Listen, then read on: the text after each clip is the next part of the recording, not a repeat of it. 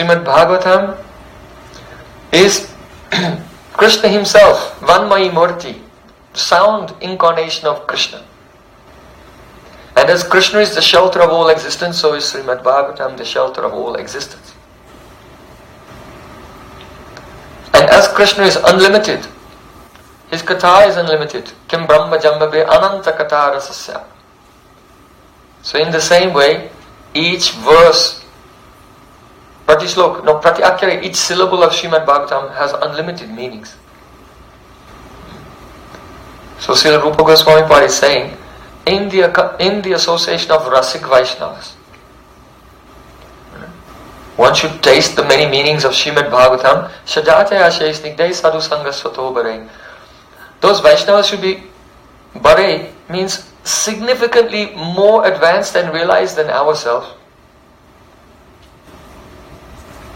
Snigdha, having affection for us. That means they have decided internally, oh, you are my Kripa Patra. You will be the recipient of my mercy. So that is Snigdha. If the disciple is Snigdha, very affectionate to the spiritual master, then the spiritual master must reveal confidential instructions. Veta tvam somya tat sarvam tatvachas tadanugrahat varu yusnigdasya sisyasya guruvo goyam apiyata. Shonaka Rishi, he said, and the sages, they said to Suta Goswami, we know that you are very affectionate and loving to your gurus. So it must be that they have revealed all the confidential truths to you. So, Sajatayasya Snigdai Sadhusanga Sutogare, and the third qualification, Sajatayasya. Sajatya means in the same category. And Ashai means the chitta, which is the ashai, the resting place of all your sanskars. So, Ramananda Rai told to Chaitanya Mahaprabhu, Yatotram aso swadha visheshu la samayapi rati vasanaya swadvi. The meaning is that Yatotram aso swadha, each rasa is more relishable than the previous one. Dasa is more relishable than Santa rasa. Sakya is more relishable than Dashna rasa. Vatsalya rasa is more relishable than Sakya rasa, and Madhurya rasa is more relishable than Vatsalya rasa. So then a question comes: if a person, if all the rasas were the same amount of relishment, then everyone might be equally attracted to any of the rasas or all of them. So, in this verse, you can find in Bhakti Rasamrita Sindhu, there Rupa Goswami is saying, actually no, the rasas are not of equal relishment. There's Vishesh Ullasamai. Vishesh Ullas, there's a speciality in the Ullas, the joy which is felt in these rasas. So that means Madhurya Ras is the highest. So if Madhurya Ras is the highest, then surely everyone will just gravitate towards Madhurya Ras. But we don't see that happening. So in the second part of the verse, he answers that question. He says, Rati Vasanaya Swadvi. Which means that any particular rasa appears to be relishable to us depending on our Rati Vasana. That means sanskars, impressions. So, whomever we associate with and hear from them, we receive samskars from them. So, if you're aspiring to make progress in a particular mood and you associate with persons in another mood, then by associating them, you get a mixed sanskar. And then a proper taste in the rati, the sthayi bhava of the rasa you want, it will not manifest. This is the science behind it. So it's very important, Srila Rupa Goswami's part, he's saying, Sajataya Shesnikte, whose samskars for bhakti are same as you have, or same as you want to have, associate with them. So, these sanskars, which those want to be eligible to relish bhakti rasa, they don't come in one life.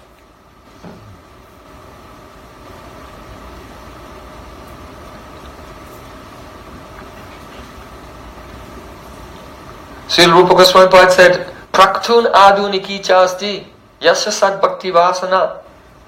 That those who have impressions in this life, aduniki, and praktan from a previous life or previous lives, they are eligible for tasyaiva ridijayate, the bhakti rasa rasasvado tasyaiva ridijayate. They can experience the awakening of rasa in the heart. So Brajrasik Vaishnav Bhakta Sangha, especially in Madhurya Ras, especially in Parakiya Ras, especially in Radhadasyam, following Srila Rupa Goswami Pad, is essential.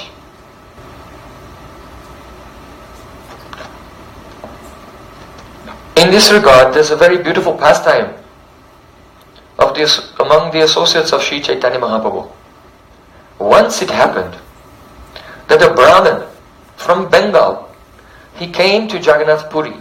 So previously he was associated with Bhagavan Acharya, who was now staying with Mahaprabhu in Jagannath Puri. So when he came there, naturally he stayed at the residence of Bhagavan Acharya at that time. So he told Bhagavan Acharya, I have written a natakam, a drama, about Chaitanya Mahaprabhu. Can I read it to you? So then that Brahmin, he read his drama, and Bhagavan Acharya, he liked it. And he told other devotees, that so many devotees came, and they all heard it, and they all said, oh, sadhu, sadhu, wonderful, wonderful. So in this way, this poet from Bengal, he was very happy. All the devotees that he'd met so far, they were very inspired. But really the success of his writing would only come if Sri Chaitanya Mahaprabhu would hear his drama about Sri Chaitanya Mahaprabhu. Because it's written to please him.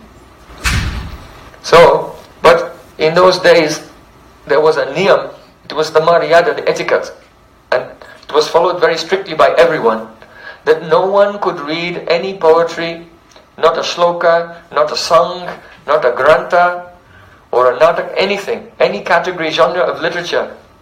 They could not read it to Mahaprabhu unless and until it had gone through the screening of Swarup Damodar Goswami. So, Bhagavan Acharya approached Swarup Damodar Goswami, not the poet, Bhagavan Acharya approached Swarup Damodar Goswami and told him, oh, my friend has come from Bengal, he's composed a drama about Chaitanya Mahaprabhu, and can you hear it? So, and then Chaitanya Mahaprabhu can hear it. So then, Swarup Damodar Goswami, he became very grave. He said, Rasa basa jadi hoi siddhanta virod, sahite na pare prabhu mani hai krodh.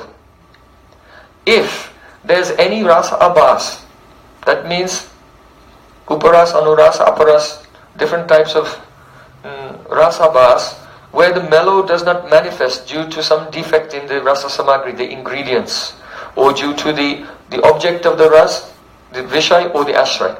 So, if the mellow will not manifest beautifully, or siddhanta virod, if there's some conclusion which is against Shastra, against the Vedas, or against the conclusions of Sri Chaitanya Mahaprabhu, which are very elevated and very rare, then Chaitanya Mahaprabhu cannot tolerate it. Sahitena pari prabhu mani haikrod, and he becomes angry. Why? Because vishesh ullas mayapi. Rasa causes ullas, that's an expansion of the heart, and a lightening and expansion of the heart, such joy. But if a person who is very sensitive to rasa is touched by some rasa basa apasiddhanta, then it makes them become sankuchita, and there's a contraction, and it gives pain, it hurts. So even though Mahaprabhu said be more tolerant than the tree, but he cannot tolerate rasa basa and apasiddhanta. He becomes angry. But in other cases, Mahaprabhu tanadapi sunichena, but not in this. So Swarup Damodar Goswami would protect him. So Swarup Damodar Goswami, he said, look, Bhagavanacharya, listen.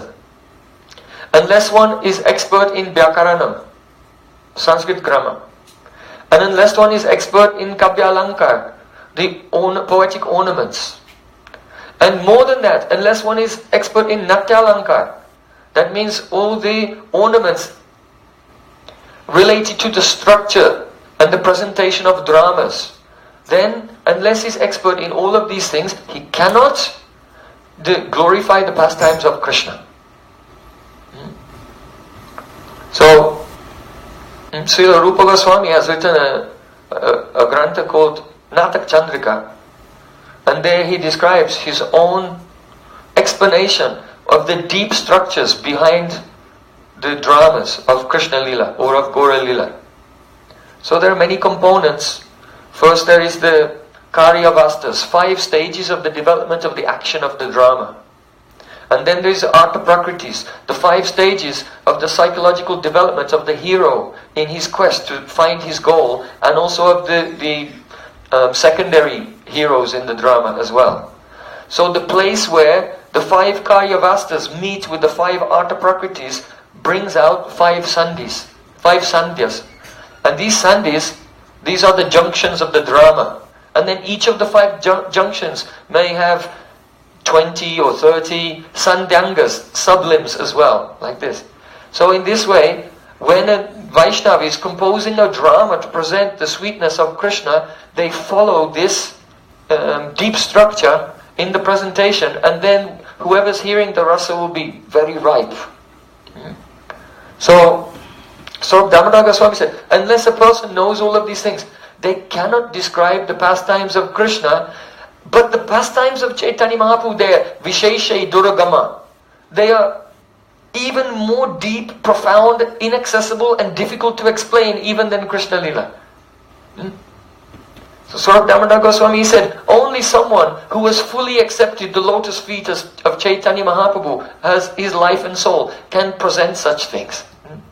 Gaurangera duti pada jara dhana sampada se jane bhakati rasa sa. So Narottam Thakur has later said the same thing. Only one for whom the lotus feet of Sri Chaitanya Mahaprabhu are his only treasure, that person can understand the essence of Bhakti Rasa and then present it. So Swarup Damodar Goswami told him, Srila Rupa Goswami has set the standard for the composition of the dramas about Krishna, Natakams.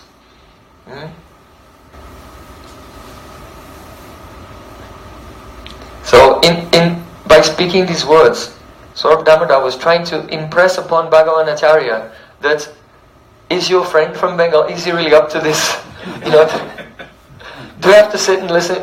It was a foregone conclusion for Swarup Damodar Goswami that this person, he doesn't have all the aforementioned qualifications. So he explained this. He didn't say no, but he told all of these things. But even after hearing all of this, after a few days later, Bhagavan Acharya again came to Swarup Damodar Goswami. And he insisted again and again. So Swarup Damodar Goswami said, alright, bring him here and we'll listen to it. So then that Brahmin came, Swarup Damodar Goswami sat down, there are other devotees there, and he began to read his drama. Now Swarup Damodar Goswami, he said that the real standard is set by Rupa Goswami. Rupa Goswami's standard is such that what to speak about, hearing the whole drama, you become overwhelmed in ecstasy only in hearing the introduction. So Swarup Damodar Goswami told that Prabhu, read your prastavna, your introduction. So then he began to read. He says, the Supreme Personality of Godhead has assumed the golden form of Sri Chaitanya Mahaprabhu. He is the Atma of the body of Lord Jagannath. Lord Jagannath is the body and Chaitanya Mahaprabhu is the Atma. And he has appeared in this world to bring life to that was inert. To the Jada Prakriti, that which by nature is insentient, he's bringing all to life. So then the devotees heard it up. Swarup Damodar was very grave. He didn't comment. He said, Please explain the meaning of your verse. He said, well, you see, Lord Jagannath, he is not moving. So he is like a body. But Chaitanya Mahaprabhu is going here and there, so he is like the Atma, he is like the soul. And just as the soul brings life to the body, so Chaitanya Mahaprabhu is giving life to everyone. So Damodar, he said, Are Murka Apanara Koili Sarvanash. I think you probably all know enough Bengali to understand that. Are Murka, you stupid fool? Apanara Koili Sarvanash. You have ruined your life. You've made offense both to Lord Jagannath and to Chaitanya Mahaprabhu, both. Why? Because Lord Jagannath is not jarred, he is not dead, he is not inert. And it's not that also he cannot move. At the time of Ratchayatra, he is moving by his own will. Don't think that everyone is carrying him. Himself is moving to the Rat car. So, the body of Lord Jagannath is Sachidanandamoy, made of condensed, eternal, unlimited bliss. But you have compared him to something which is Jad. And Chaitanya Mahaprabhu is Sadaishwarya Purna Bhagavan, the unlimited Supreme Lord, complete with all six opulences, and you've compared him to a Jiva. So Bhagavan is like a fire and Jiva is like a spuling. That's just like a little spark of the fire.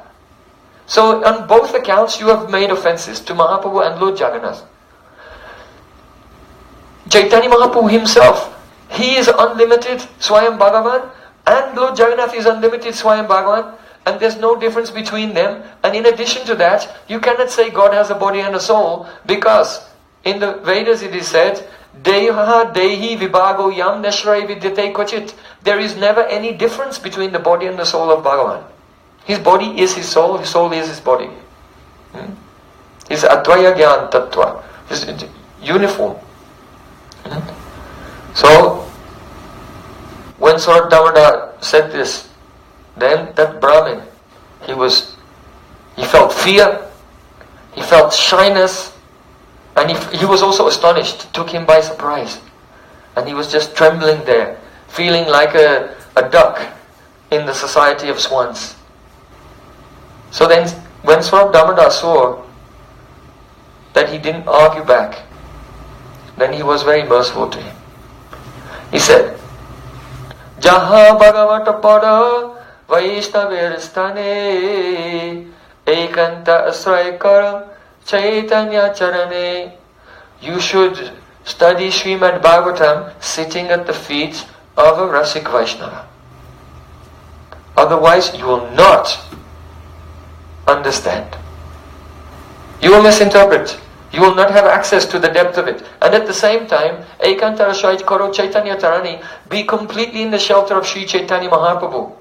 Because even though there were many acharyas who gave very good explanations of Srimad Bhagavatam, only the mercy of Sri Chaitanya Mahaprabhu opens up the most confidential secrets of Srimad Bhagavatam, which are specifically the glories of Srimati Radhika. And by establishing the supreme ultimate glory of Srimati Radhika, then the Prayojan Tattva, the goal of life, to be her maidservant, is established. Then Swarup Damodar Goswami said, Chaitanya Bhakta Gana Nitya Karo Sangha Tabito Janibak Siddhanta Samudra Taranga. Daily, every day or regularly, Nitya Karo Sangha. You should associate with the pure devotees of Chaitanya Mahaprabhu, and by that you will come to know Siddhanta, and you will be able to enter into the waves of Siddhanta. Generally we're thinking Siddhanta is fixed. So how can you say it has waves? But depending on when one enters into the Swarup Shakti, then the fluctuations between the Sambit Shakti, Ladini Shakti and Sambit Shakti will give different perspectives on the same Leelas. And therefore the conclusions which are there in Srimad Bhagavatam are it's like an ocean with many waves. Especially the Rasa Siddhanta is an ocean full of waves. So, Srimad Bhagavatam itself is a kavya, Rasa kavya. poetry, full of rasa. So to understand it is very difficult. Many persons in all different sampradayas and apasampradayas, they read Srimad Bhagavatam and they take their own conclusion from it. Some person takes Satkaryavad, some person takes Asatkaryavad, some persons take Vivartavad, Mayavadi. Some people we take Shakti Parinamavad from Srimad Bhagavatam. So just as Krishna Mala Nam Masanayarninam Natarastrinam Svaro Murtimam, when he entered the arena of Kamsa Maharaj, then all the different persons there saw him in a different way. So in the same way, because Srimad Bhagavatam is Krishna himself, when the Srimad Bhagavatam enters into the assembly of the people, everyone sees in a different way. Because Bhagavatam is Krishna Swarup. So, for the demons, just as Krishna has so many avatars, so they'll see in different ways. Just like Venkatabat previously, he was seeing, the Srimad Bhagavatam explains that Narayan is the Supreme Personality of Godhead, and Krishna is his Vilas Murti. So the demons, they read Srimad Bhagavatam, and they say, Saram Vedanta Saram Yad, Brahmatmaikatma Lakshanam, Vastuditiyam Nishtam, Kaivalyaika Prayojanam. This Srimad Bhagavatam is the essence of Vedanta. Brahmatvaikatva Lakshanam, it is characterized by oneness of Brahma and Atma, that the soul and Brahma are the same. Vastuditiyam Nishtam. One should have Nishta in the Advitiya Vastu, the non-dual reality. And how you have that? Kaivalyaika Prayojanam. When you attain the goal of life, which is Kaivalya. Oneness. So Sutta Goswami has said this, and all the Mayavadis are dancing. Haribol, Haribol. Here's the conclusion of Srimad Bhagavatam. They can't understand the real meaning. Brahmatvaikatma Lakshanam. Here Brahma means Krishna, and Atma means Krishna's Atma is Radharani, and Radha and Krishna, they are one. Radha Krishna Aichi Sada Ek Hi Sarup. And they become one in the form of Chaitanya Mahaprabhu. So Kaivalya, Aika Prayojanan, the only goal of life is Kaivalya. Here means, Kaivalya means Kevala Bhakti. Shri Guru Charana Padma, Kevala Bhakti Sadma. Kevala Bhakti, that means the Bhakti which is unadulterated, not mixed with karma, not mixed with jnana, not mixed with yoga, not even mixed with the knowledge of Krishna's opulence. Madhurya, sweet, pure sweetness, Kaivalyaika Prayojanam. This is the actual meaning. But the impersonalists, they see this verse in Srimad Bhagavatam, and then, just as all the incarnations are present in Krishna Swarup, so then Srimad Bhagavatam for them becomes Mohini Murti. So in the Leela of Mohini Murti, she had the nectar, but she cheated the demons and gave it to the devotees. So in the same way, the Srimad Bhagavatam is doing this Leela of some verses, they're bewildering and cheating the Mayavadis of the nectar, but giving all the nectar to the devotees. So Srimad Bhagavatam is Krishna Swarup. As all qualities Krishna has, all Leelas Krishna has, Srimad Bhagavatam has those qualities and Leelas also. Then, how you understand? Therefore, Jaha Bhakavata Pada Vaishnavayarastani. Another way you can misunderstand Srimad Bhagavatam. Srimad Bhagavatam has 4 types of bhasha, 4 types of language. Lokik bhasha, that is a worldly language. Paramat Bhasha, that means the language which is Paramat. Mat is an opinion, and Para means someone else. In other words, Shukadeva Goswami is speaking, but it's not his opinion, it's someone else's opinion. Then there is Swamat Bhasha, Shukadeva Goswami's own opinion when he's speaking. Then there's Samadhi Bhasha, when Shukadeva Goswami is completely in Samadhi and seeing the Leela and speaking about that. So, of these, those Srimad Bhagavatam Pramana Mamalam. Srimad Bhagavatam is the spotless Praman. But the Lokik Bhasha, Paramat Bhasha, the Swamat Bhasha and the Samadhi Bhasha, we have to understand which statement of Srimad Bhagavatam is in which category, because they're not all the same level of Praman. The Lokik Bhasha in Srimad Bhagavatam is not Praman. What's an example of Lokik Bhasha? Just like Pururava. Pururava was a king, and he met one beautiful Apsara named Urvashi. So when Pururava saw this beautiful Urvashi, he just was completely, became lusty and he was so attracted. And he approached her, said, "Oh beautiful lady, please come and sit down next to me and tell me what can I do to please you. You can stay with me forever and we will enjoy." So, is this Pramana Mamalam? Right? Someone can say, in Srimad Bhagavatam I read, if you see a beautiful woman, say, "Hey, beautiful woman, sit down here." Is this Praman? No, this is Lokik Bhasha. So though Shukadev Goswami himself is speaking, but because it's the words of, he's saying the words of a bewildered materialist, these you cannot quote as Praman. So Lokik Bhasha is not Praman. Then Paramat Bhasha. Paramat Bhasha means Shukadev Goswami is speaking something which is, Para means another and Mat means opinion. Paramat Bhasha, the language of someone else's opinion. So for example, when the demons that took over heaven, and Indra lost his post, he lost his throne, so he wanted to get it back. So he approached the Brahmin, Vishwarup, and Vishwarup told him, "Alright, I'll tell you how you can win in battle with the demigods and get your kingdom back, with the demons and get your kingdom back." And he taught him the Narayan Kavacha. Right? Now, Shukadev Goswami is telling all of this. But Shukadev Goswami would never tell someone, "You lost your kingdom? Okay, I'll tell you how to get it back. You do this Narayan Kavacha." Right? This is the opinion of Vishwarup. It's not Shukadev Goswami's opinion. He would never say that you have to fight to get your kingdom back in this world. So that is, all those verses spoken by Shukadev Goswami is Paramat Bhasha. This is also not Praman. Now the other examples of Paramat Bhasha, just like one day it was evening time and Diti approached her husband, Kasyapa Muni, and she said, "Oh my dear husband, I am suffering so much from the arrows of Cupid. Please take this pain away. I am very eager to have a son." And then the Kasyapa Muni, actually he is a very advanced devotee, but to humor his wife he began to flatter her. He said, "Yes, of course.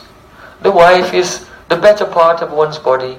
By the association of wife one can attain all the treasures on the path of liberation, such as dharma, artha, kama and moksha. And what husband would not fulfill the desires of a very dedicated wife? So just wait a little time." Because that moment, the evening, was inauspicious. But in the end she got the better of him and they united and they conceived beautiful twins, Hiranyaksha and Hiranyakashipu. She wouldn't listen to him. So we see here that Shukadev Goswami is explaining how to flatter your wife. Right? This is not Shukadev Goswami's opinion. This is Paramat Bhasha. So other examples of Paramat Bhasha, when Shishupal is criticizing Krishna, when Jarasandha and Dantavakra are criticizing Krishna, Shukadev Goswami is speaking it, but it's not his opinion. So Lokik Bhasha and Paramat Bhasha, they are not the Praman. Then you come to Swamat Bhasha, Shukadev Goswami's own opinion. For example, in the second canto of Srimad Bhagavatam, Shukadev Goswami begins to speak, and his topic is Yoga Mishra Bhakti. How a yogi who is not mature in the samyam, stabilization of the mind, should develop the stability of mind by meditating on the Virat Rup, the universal form of the Lord. So Shukadev Goswami is speaking this, it's Swamat, it's his own opinion, and he gives his consent to this. But that's not his conclusion. So someone can take a part of Srimad Bhagavatam and say, "Look, it says here that we have to meditate on the universal form." Did you do that today, Prabhu? You're not following Srimad Bhagavatam. Right? No.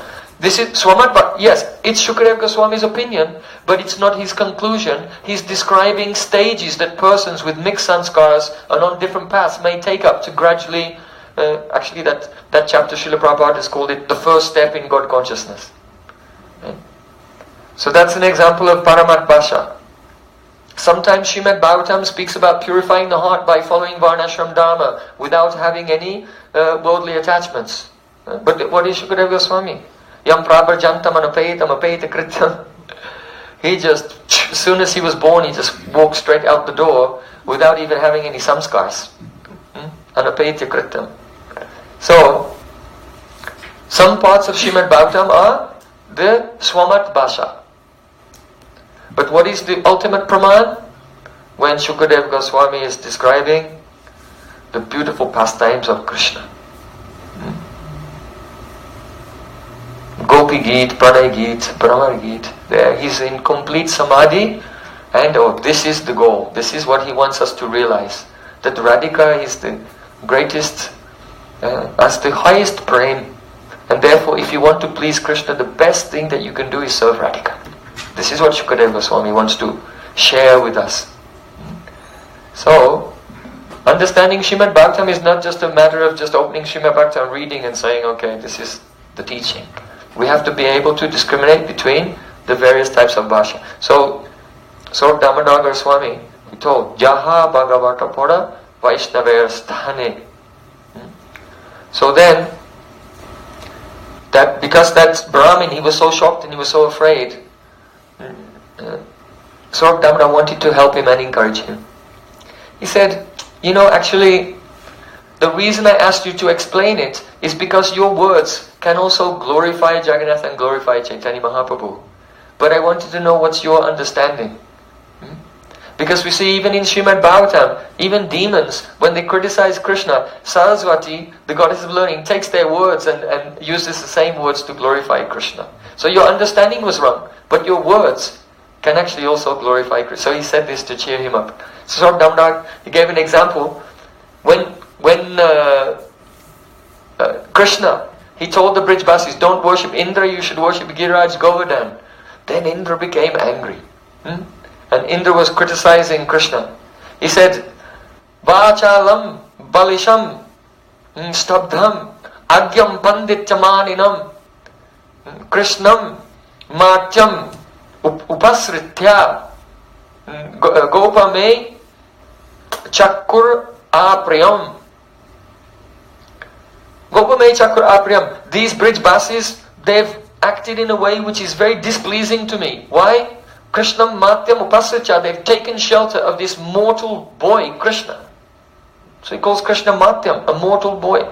And not only that, he's not even well behaved. He's Vachalam, he's very talkative. Balisham, he's childish. Stabdam, he's proud. He won't bow down to anyone. And Agyam, he's ignorant. And Pandityamanina, but he thinks he's very clever.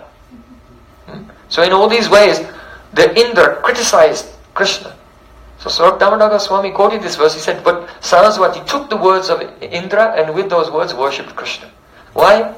Vachalam, one who is talkative. Another meaning is one who speaks authentically, authoritatively on Vedic conclusions is called Vachal. Vachalam Balisham. Balish can mean childish, but it can also mean one who's very innocent and simple and doesn't have any pride that they're a great person, just like a simple child. So Krishna himself is Balisha, like a simple, innocent, prideless child. Vachalam Balisham Stabda. Stabda means proud. It really means like a stamba, like a pillar that doesn't move. So if Gurudev comes into the room, then everyone should get up and then give Dandavat Pranam. Right? But if someone just stands there, it's because they're proud and they're making offense. So they are stabda. But here, Saraswati is taking this word stabda, means he doesn't bow down to anyone because he's no midyate prapapaseta didambaraya. He used to be worshipped, he doesn't have to bow down to anyone, he used to be worshipped by everyone. Agyam. Agyam means agyam. Gya is knowledge. Agya, who's ignorant, has no knowledge. Or agya means that person in comparison to whom no one has more knowledge than him. It's called agya. He's omniscient, he knows everything and no one knows more than him or equal to him. So he's agya. And agya and pandityamaninam. He's so proud he thinks he's a pandit. And it can also mean pandityamaninam, that all the pandits, they give manyamanaha, they're all giving respect to Krishna. And Matyam means Yanmatilila Paikasva Yoga Maya Balam Dashaita Grihitam. That Krishna has appeared in this world in a form which is just like a mortal being in order to be really close to his family members. Presenting himself like a vulnerable child with his alal and icha, his desire to be pampered by everyone. So in this way, the goddess of learning, Saraswati, she took the words of Indra and worshipped Krishna. So Damodar told him, there are so many examples. Just like Jarasandha, when Jarasandha was criticizing Krishna, he said, Krishna, you are Purush Adama. Adama, you are the lowest of all people, Purush Adama. And you are Bandhuhan, you are the killer of your own relatives. What kind of person kills his own uncle? Kamsa Maharaj was an uncle of Krishna and he killed him. So he insulted him with these words. But Saraswati took the words of Jarasandha and worshipped Krishna with them. Purush Adhama means that person for whom all other Purushas, all other people are Adam, lower than him. And he's Bandhuham. Bandhu means friend, but Bandhu, a friend is someone with whom you have a bondage of affection. There's a bandhana, there's a bind between you, so you're called Bandhu. So Bandhu means the binding force. That is Maya. And Han means one who destroys, who kills. So Krishna is Bandhuhan, he destroys the influence of Maya for those who take shelter of him. So in this way, Swarup Damodar Goswami spoke very nicely to pacify the heart of that Brahmin. And then that Brahmin, he took straw between his teeth and he fell at the feet of all the devotees and he was crying and begging for forgiveness. So then all the devotees blessed him, and because of that he had the opportunity to become in the association of Chaitanya Mahaprabhu. And he stayed there in Puri and lived with him. So how it's possible to get the eternal association of Chaitanya Mahaprabhu? By taking shelter of his associates. It was shown by this pastime. So Srimad Bhagavatam is a kavya, and therefore the ordinary person, they cannot understand it. In order to relish kavya, one needs sanskar, that is called a bij. And that bij, even for material poetry, even for understanding material poetry, unless you have samskars from association of poets in a previous life, you cannot relish the poetry. And unless, even if a person has samskars from a previous life with the kavis, he may be able to relish poetry, but he will not be able to write poetry himself unless he has a really deep samskar from several lives association. So, Srimad Bhagavatam is a prakrita supernatural transcendental kavya, and therefore Rativasanaya Svadvi, or Srila Raghunath Das Goswami, he said, Yadichyarava sombaraj bhuvi saragam pratijnu yuvadangam tatchat paritajam aradavel say sarupam sirupam saganam yatasya grajamati sputam premna nityasmara tadasvam srinumana. Oh my dear mind, please listen to me.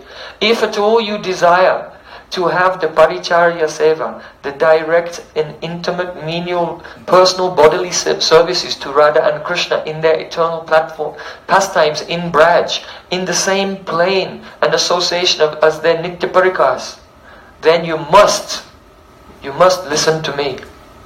You should, with great love, bow down and call out the names again and again of the intimate associates of Chaitanya Mahaprabhu, like Swarup Damodar, Roy Ramananda, Rupa Goswami, and Sanatan Goswami, and all those who are in their line. Take shelter of them and follow them with great honor and with great love.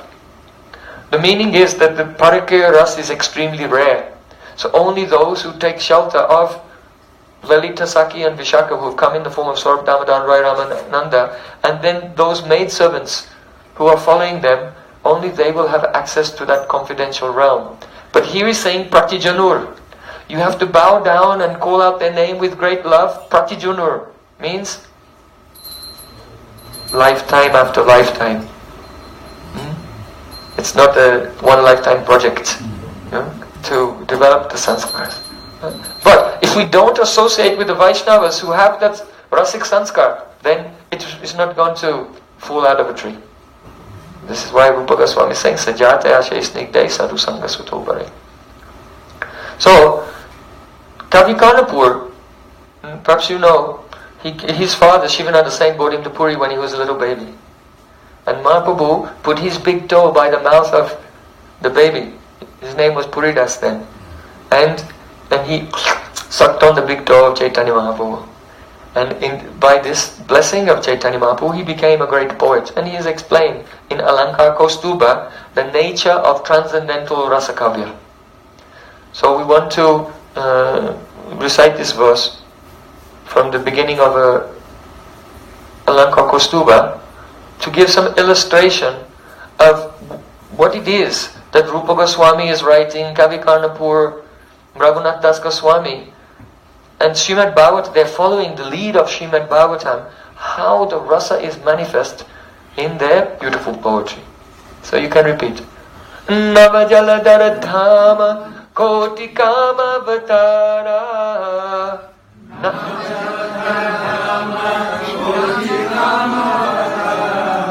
Pranaya rasa yashora, Shri Yashoda Kishora. Aruna daruna dhiga panga pangya kurangi. Even nikila krishangi rangini tom kayasi.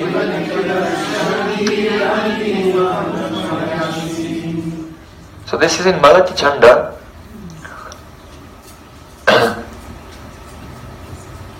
The meaning, Nava means new. Jaladhara means a cloud.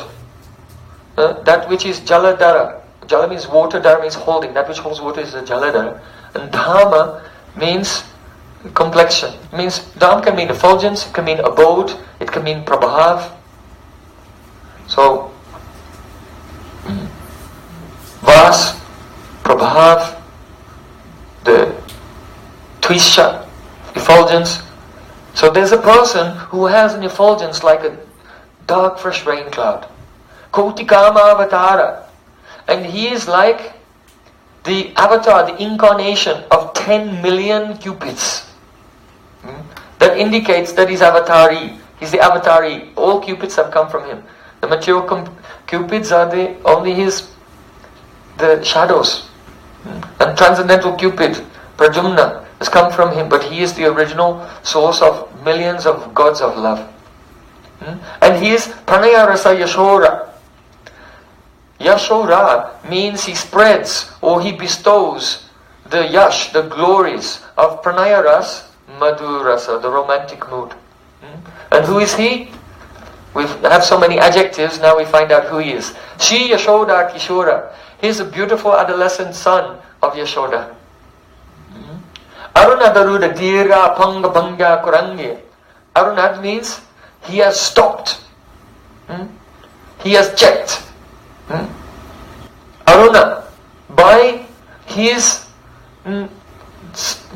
eyes, the corner of his eyes are very soft, reddish, like the rising sun. Dirga means long, because his eyes are long, and Apanga means glance. So the indication is Krishna's eyes are very long, with reddish corners, and he's glancing at the gopis from the corner of his eyes. So Aruna Daruna Dirga Panga Bangya. Bangya means expressions. So his eyes are full of the very alluring expressions. Kurangi. Kurangi means deer. So he has trapped some deer in the net of his beautiful sidelong glances. Even Nikila Krishangi. So Nikila means all, and Krishangi means the girls whose the Krish, whose the Anga, whose body is Krish, very narrow. It specifically refers to the waist, whose waist is very narrow. They're called Krishangi. So even Nikila Krishangi, Kurangir Eva means like. So all the beautiful slender-waisted gopis of Braja are just like deer who've become captured by the net of the sidelong glance of Sri Krishna and his beautiful expressions. So, O Rangini, this means one gopi is speaking to her Sakhi, O Rangini. So Rangini means a girl who's playful. Ranga literally means colorful, so a girl who's colorful. Colorful means that she's kautukini, full of anticipation, full of curiosity, and has so many skills. And surprise, when you meet her, you discover she can do this, she can do that.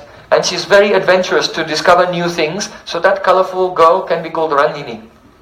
So one Sakhi is addressing her friend, Oh Rangini, Tvam ko yasi. Kwa means where, Tvam means you, Yasi means you going.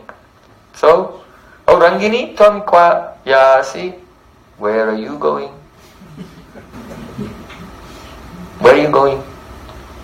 So this is some kavya, it's poem. Now kavya, poetry, is considered to be like a personality. That is called the kavya purush. Just like in architecture you have the Vastu Purush, and in the universe you have the Virat Purush. There's also the Vidya Purush, the personification of knowledge. Or Vidya, actually she's Vidya Vadu, she's female. She's the young bride of knowledge embodied. Vidya Vadu Jivanam. So different manifestations are considered to be Purush, a person, male or female. So the Kavya Purush, it said that the body of the Kavya Purush, his body is made of Shabda and Artha. That means words, Shabda, sounds, and Artha, their meanings. Shabda, Artha. That's his body. Now, body should be decorated nicely. So the ornaments on the body of the Kavya Purush are the Alankars. That means the poetic embellishments, figures of speech, similes, metaphors, onomatopoeia, synecdoche, synonyms, metonyms, and so on. We have also Alankars in English language, but in Sanskrit there's so many more. So they're the ornaments, they're on the body of the Kavya Purush. But a body with only ornaments, unless there's a pran, then it's a dead body. So there should be pran. What is the pran? The life air of the Kavya Purush. That is called Dhvani. Dhvani means suggestion. There should be something in the words which is, something is suggested by the words but it's not in the words. So it said, Shabda Vyapar. Shabda Vyapar means the business of the words. When you read a poem, we just read this poetry and we know what each of the words means. So now the business of the words is over. The Shabda Vyapa is finished. But where the Shabda Vyapa finishes, then the Dhvani takes over and continues. The Dhvani is now the waves of suggestion that come in your mind. But what is this really saying? What's the intention of this? So, if it is said, Vachad.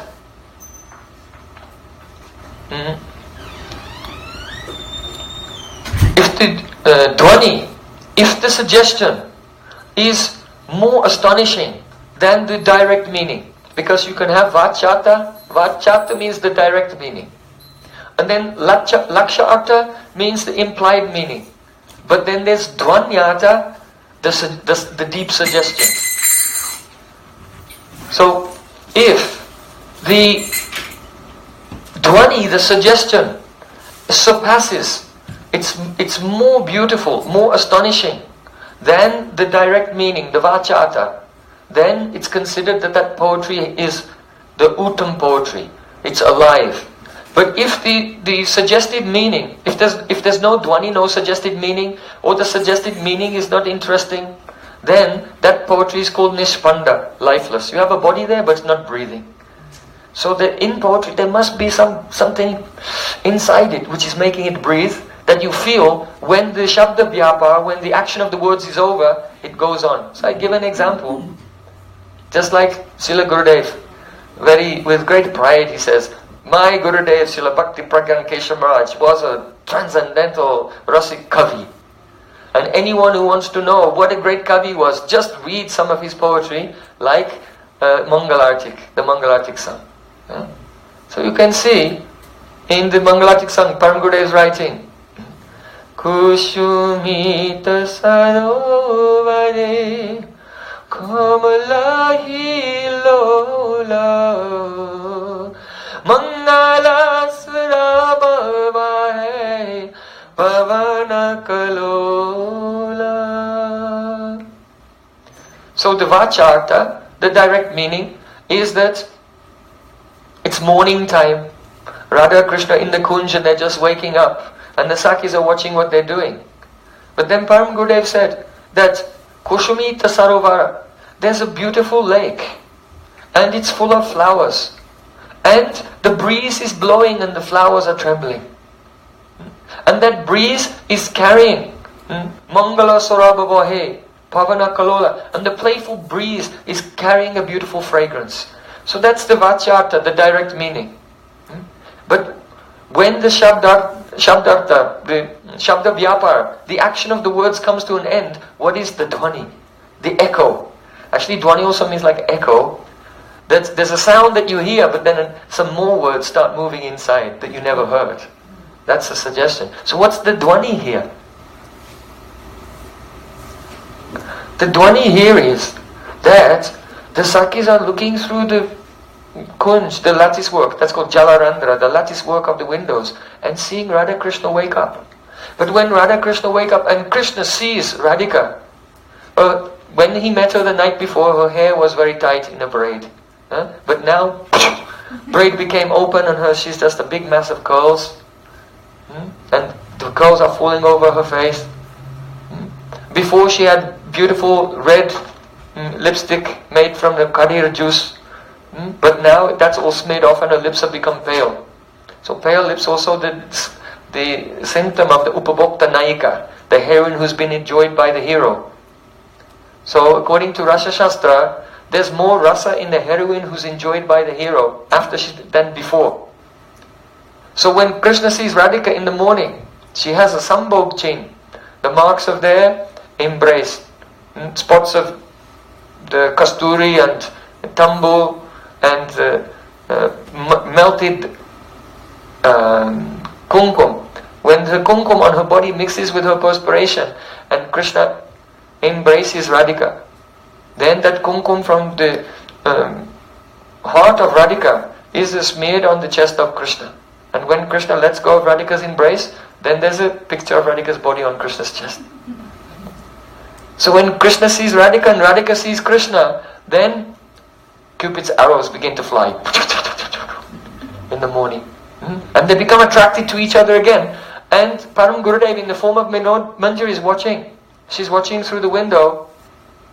But a poet never says what they want to say directly, because that is considered to be gross.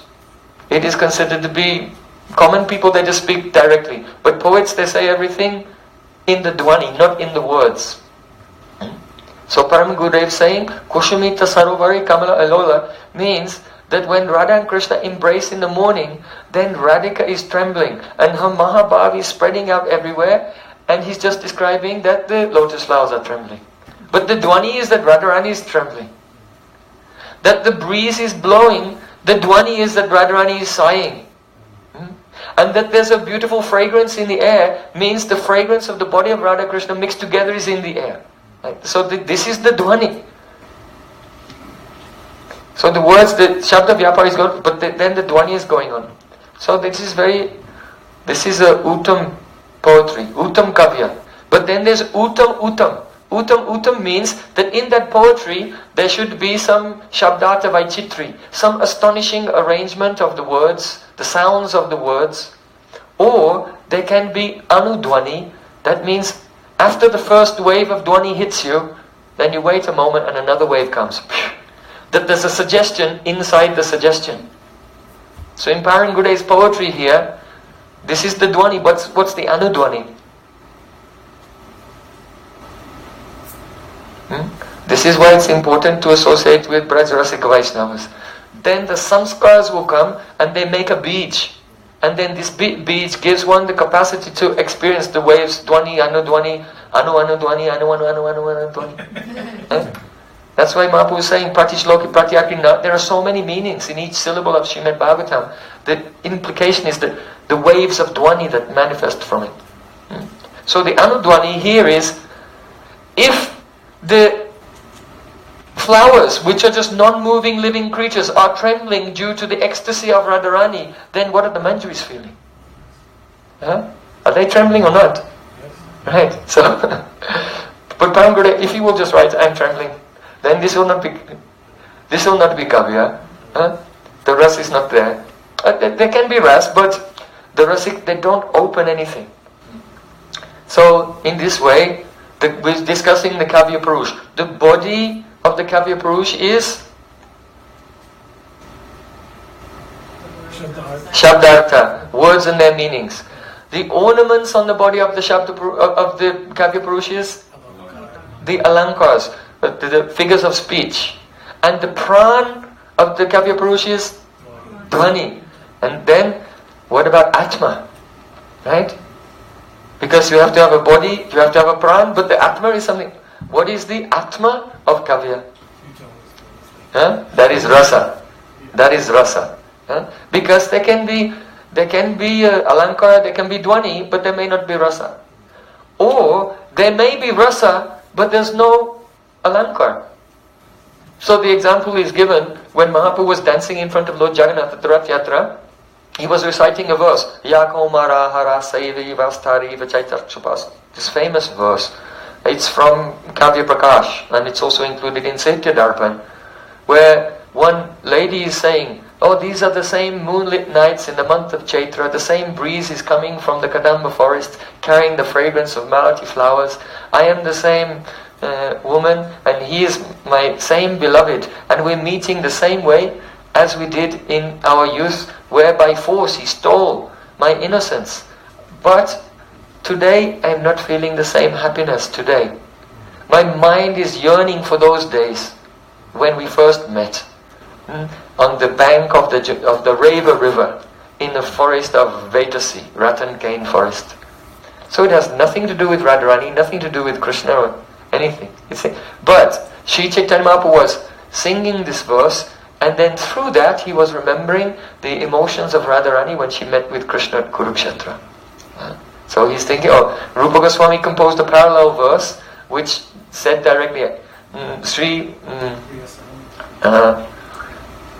Kailan Madhuri Panchamadushe Manome Kalindi Pulina Vipinayas Prihayati. I want to be on the bank of Jamuna in Vrindavan, hearing Krishna playing the fifth note on his flute. So Rupa Goswami revealed the inner sentiments of Mahaprabhu when he was reciting this mundane kavya. But this verse is given as an example. There's no alankars in this poetry, but rasa is there. There's rasa, but no alankar. So there's a difference between, because previous poets, like Ananda Vardhan wrote a text called Dhvanyalok, and he said ras is in the Dhvani. But our Gaudiya Vaishnavas, like Kavi Karnapur, say no, Dhvani is one thing and ras is another thing. Because if you just say Radha Krishnam Bhajati, Radharani serves Krishna, this is not poetry, there's no alankar. But is there rasa? Yes. Because Krishna is Akhila Rasamrita Murti, and Radharani is his most intimate beloved. So if it's just described Radharani serving Krishna, then the Vishaya of Rasa is there, the Ashvaya of Rasa is there. So there must be in the Dhvani all the Sattvic Bhavs and Sanchari Bhavs and everything should be there also.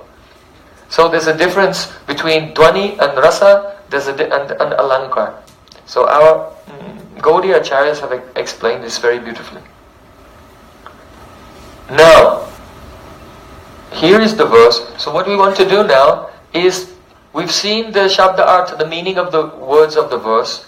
So now we'll analyze in this verse of Kavi Karnapur, what are the Alankars?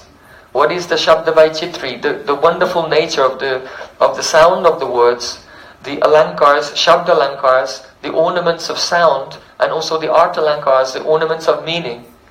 And then after that, we'll look at the Dhvani, and then after look at that, we'll look at the Rasa, so we can see all the elements of the Kavya Purush present in this verse. So the word meanings we discussed. Now, the Alankars. One Alankar, the Shabda Alankar, ornaments of sound. In English, it's called alliteration, where there's a repetition of sounds. That is called Anuprash Alankar in Sanskrit. So we see that Kavi Karnapur has used very beautiful Anuprash Alankar right from the beginning. Here we have Dharadham, Dhadha, and then Kotikama.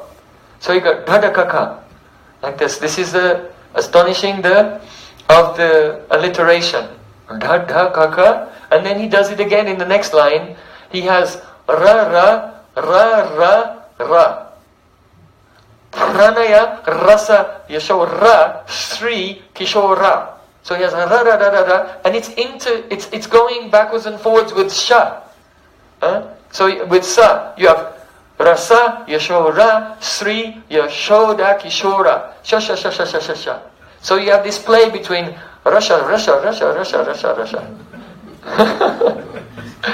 So this is the Anuprash Alankar, the ornaments of sound. In the next line, you also have this Apanga Banga Kuranga Krishangi Rangini. Again, alliteration. So then, we also have here what is called the Yamak Alankar. Yamak means the rhyming, something rhyming. So you have Arunad, the past tense of to stop or to block, to trap. Arunad, then you have Aruna, but then the next word is Dirga, so it becomes Arunad, Arunad. Arunad, Arunad. So this is a Yamak Alankar.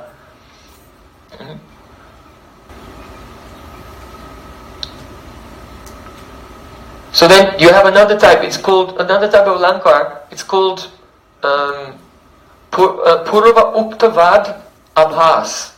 Purva Uktavad Abhas. Purva Ukta means something that you've already said. So if you say something and then you say it again, it will be a fault. But this is not, he doesn't repeat himself twice. He repeats himself, but it's slightly different. So it's the Abhas of the fault of a repetition. Because he has Yashora, Yashoda. Pranaya Rasa Yashora, Sri Yashoda, Kishora. But Yashora means one who gives or bestows, spreads the fame of Madhuras. And Yashoda means one who gives fame. That means his mother Yashoda. So Yashora, Yashoda. Mother Yashoda is called Yashoda. Why? Because even though we know that she's really his mother, if you go all over the world, you speak to anyone, they all say that Devaki is his mother. Right? So because Mother Yashoda gave the fame of being Krishna's mother to Devaki, so she's called Yashoda.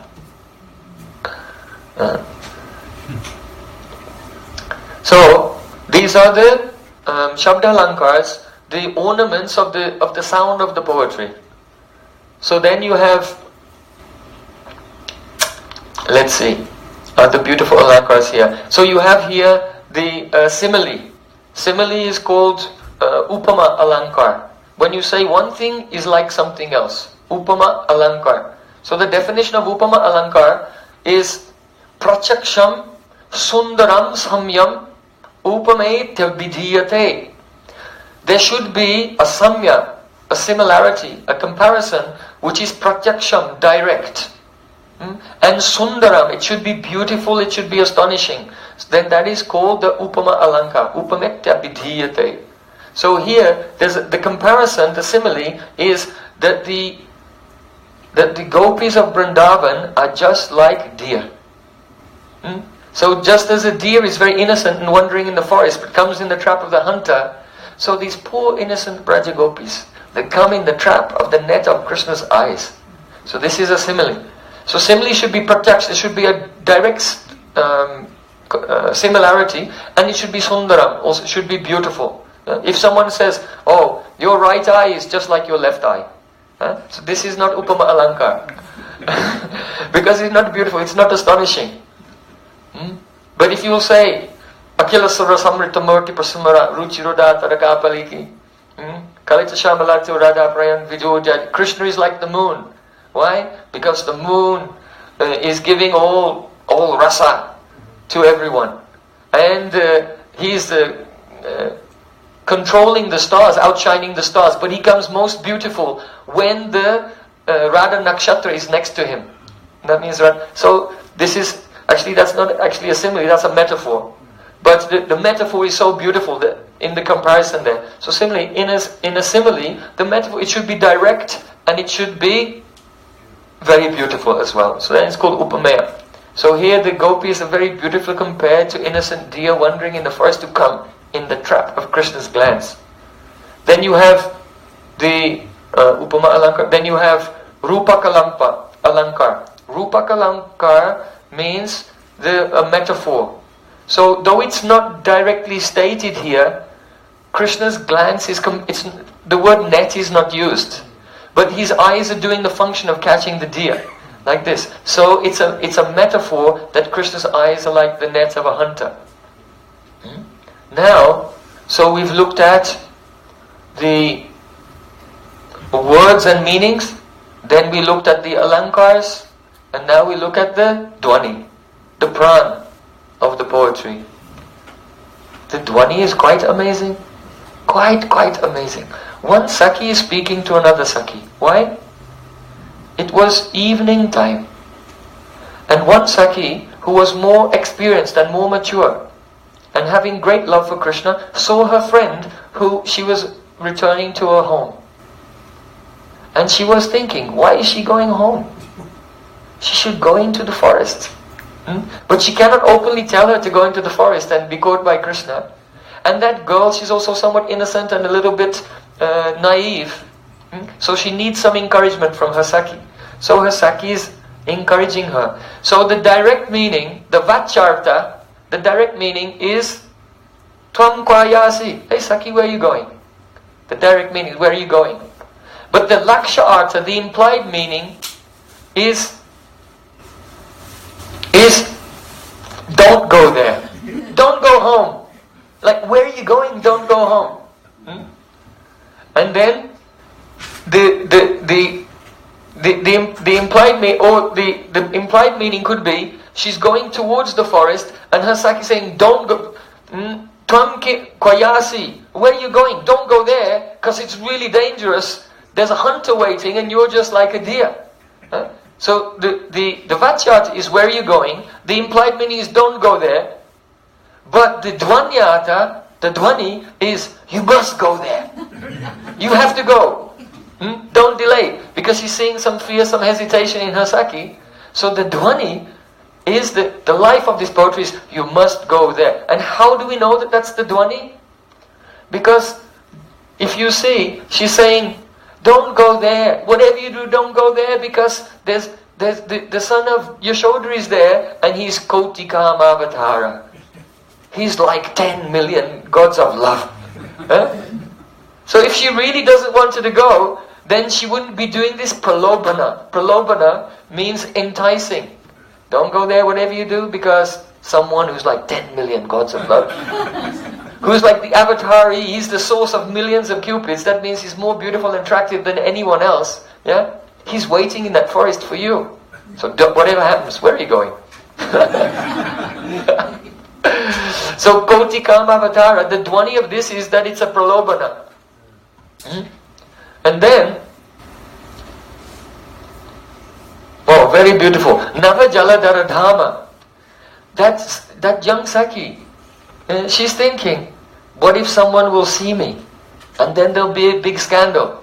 So her Sakhi is encouraging her and saying, Nava Jaladhara Dhama, that Krishna has a complexion like a dark rain cloud is very dark. And that means when Sri Krishna is in the forest of Vrindavan, he has this quality called the Abhirup. Abhirup means, Radharani has this also, that their beauty is so wonderful that if anything comes near them, then their beauty kind of spills over and whatever is around them takes on that beauty. So if Radharani has a flower in her hand, then that white flower becomes reddish like the palm of her hand. And if she holds it by her mouth and she smiles, then it shines white like her teeth, like this. If she holds it by her eyes, then it becomes blue like her eyes. This is called Abhirup. So Krishna's like that. His Shyam complexion spreads out and makes a kind of dark sham-colored hue in the forest. So the Sakhi is saying, oh, she sees that her friend is worried. She said, Nava Jaladara Dhama.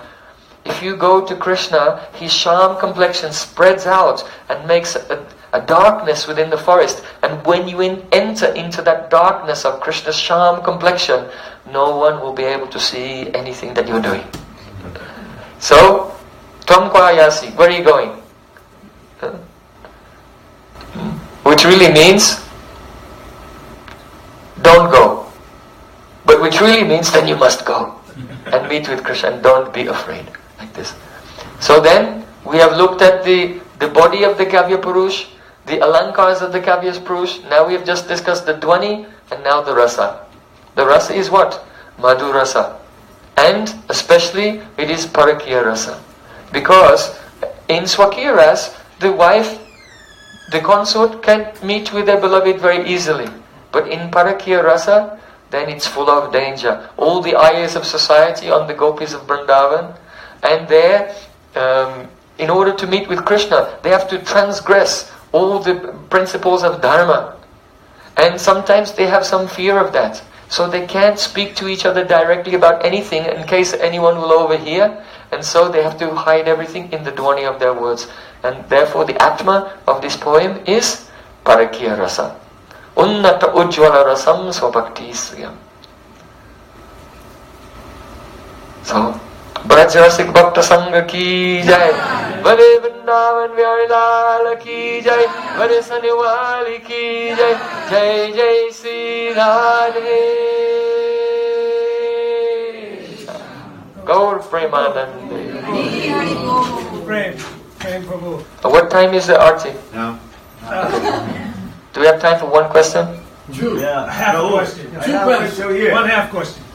Just how the Rasa Samagri, Asraya, Vishaya, how it's in this poetry? Yes, yes. How it's there? Like Because Krishna obviously is the Vishaya Lamba. The gopi who's going to meet with him is the Ashraya Lamba. The description of Krishna's qualities are the Udipana.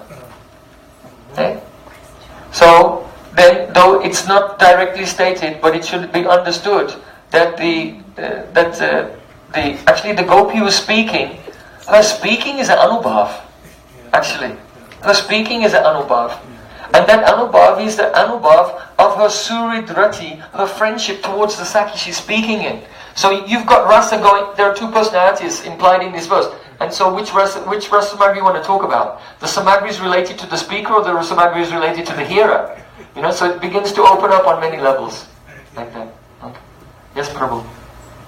When Ishwar Puripad was visiting Navadvip, he requested Mahaprabhu to examine what the book he was writing, yes, to find some defects. Yes. So Mahaprabhu very conclusively explained to him that it didn't seem possible for a purity to commit any mistake to the ears of Krishna. But it appears that by the qualifications that Swaripa Damodar explained, it means that someone needs to be erudite, cannot make any mistake, otherwise it will not be pleasant to the ears of the Lord. How can we reconcile those? When Ishwara Puripad was in Navadvip, he had written a poem called the Krishna Lilamrita. And he was giving class every day in the house of Gopinath Acharya. Girada Pandit was going every day and hearing from him. And Mahaprabhu also, he was interested and he went and he listened for several months. At that time he had not taken initiation. Later when he saw Ishwara Puripad in Gaya, then he surrendered to him and he became his disciple. But at this point he was just listening. This is illustrating that one should sit and listen to the Guru or Vaishnavas for some time to discover the compatibility of the swabhav of the disciple and the spiritual master before initiation.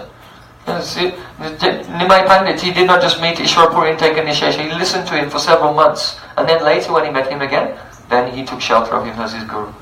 Now, Mahaprabhu asked him, can you... Actually, at first, Mahaprabhu said there's some defect in this verse. You've conjugated this verb in a wrong way. Ishwar Puri said, no, it's correct. And then Nimai Pandit went away and he thought about it, because you can conjugate the verbs in the Parasmai Pada and Atmanei Pada, active and reflexive voices. So some verses are conjugated in one way and some in another. But there are some verbs which are conjugated in both. They're called Ubai Pada. So when Mahaprabhu went away, he realized, actually this verb is Ubai Pada. It can be this way or that way. So it's not wrong after all. And he came back to Ishwar Puri. He said, this is okay. So the Acharyas Vrindavan Das Thakur is saying that it's quite appropriate that the Guru, that Mahaprabhu was defeated. He'd never been defeated. Nimai Pandit had never been defeated by anyone. He defeated Keshav Kashmir and everyone. But the sign that he was defeated by Ishwar Puri was the sign that was his Guru. And it was quite appropriate. But still, Ishwar Puripad, he knew that Nimai Pandit was a great scholar of Vyakaran and grammar. So he asked him, can you go through the whole thing and find some fault? So then Mahaprabhu said to him,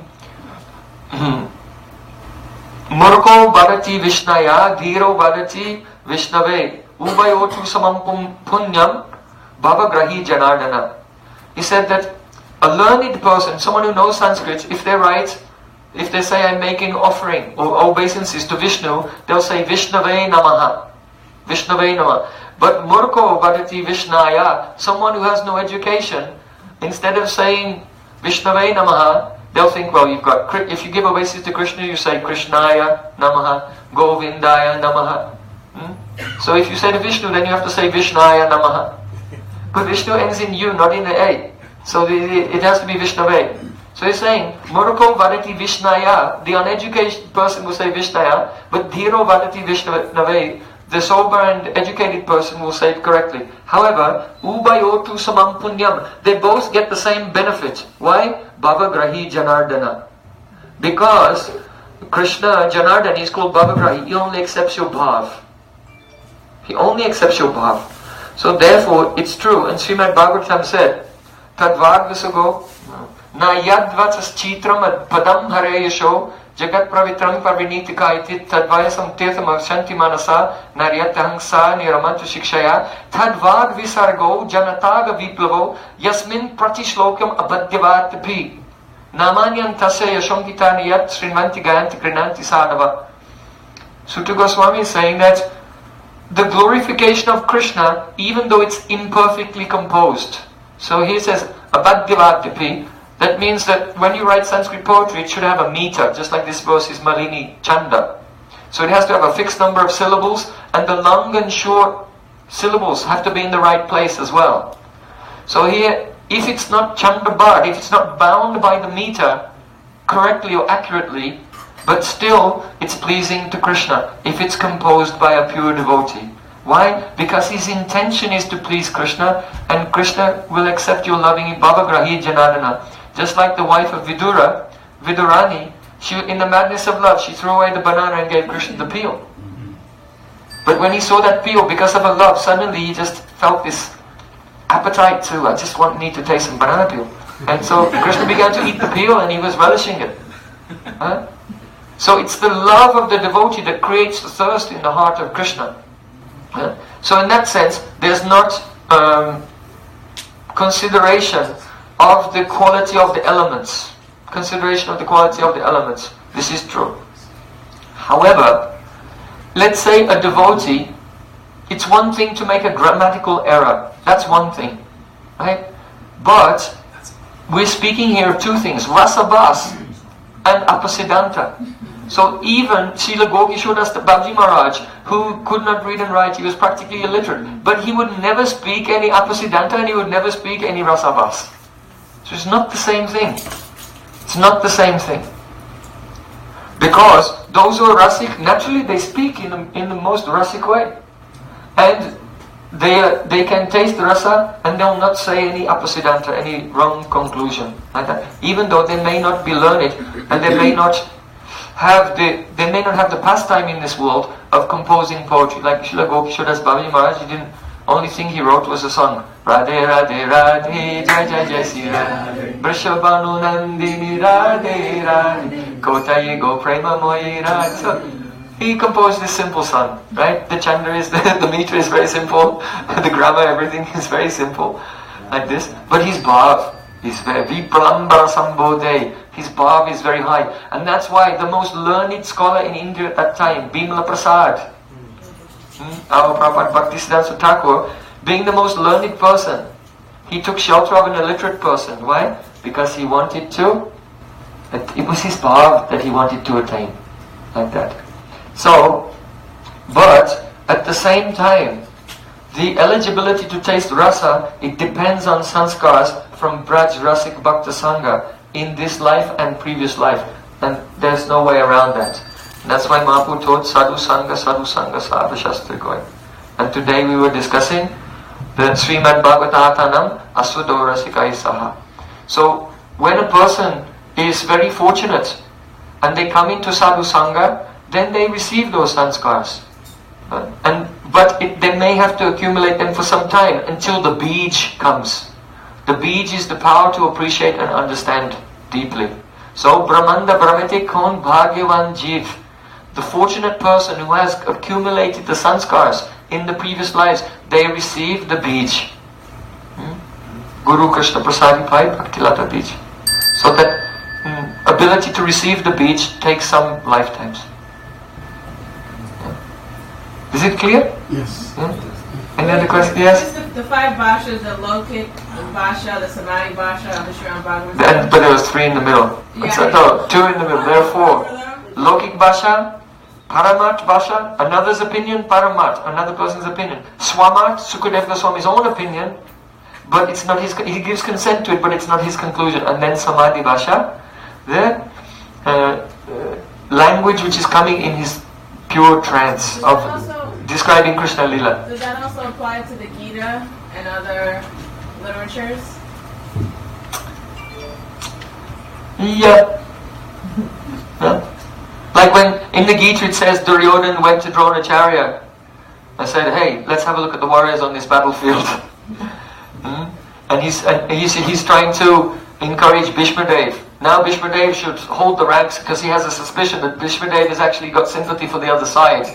You see? So when Duryodhana, he's demonic, he's actually he's an answer of Kali personified, is speaking, and he's worried about his own kingdom. This is just like a Lokik Bhasha. It's not, that's not, even though it's coming in the Samadhi of Sanjay, and he's speaking it, and then later Vyas is writing it also, but in the context where it is, that's a Lokik Bhasha. So it will not have the same benefit. Duryodhana saying, well, let's look at the warriors on my side. And then Krishna saying, Sarvadaman Prichaja. They don't have the same level of Praman or power or value or auspiciousness to the individual devotee. Yeah. In fact, that first opening of Gita is because Gita is a standalone book, but it's also whatever chapter 25 of the Bhishma Parva. So the Krishna's instruction in the Gita has to be seamlessly woven into the whole narrative of the Mahabharata. So that first chapter serves that purpose.